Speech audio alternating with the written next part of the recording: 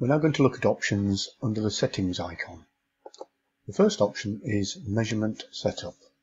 This allows us now to set averaging. Instead of taking every point every time we press measure, it will now do an average over whichever number we select here to derive that number. So if we have a noisy environment, the averaging will help smooth that out through filtering.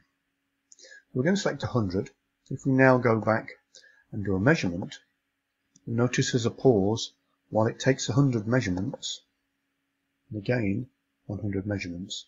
If we now change the averaging to 500, you'll see there's quite a long pause.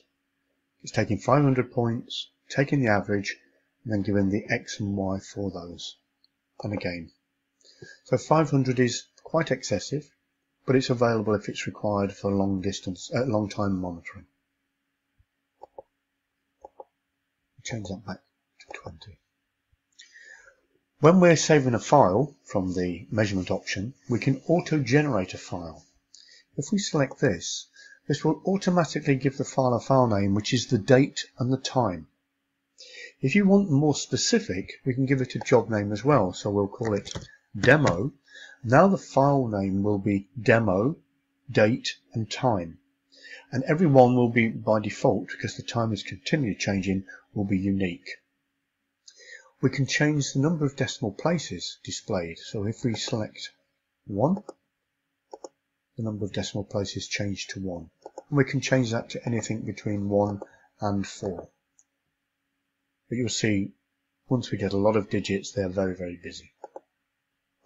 I would recommend 2.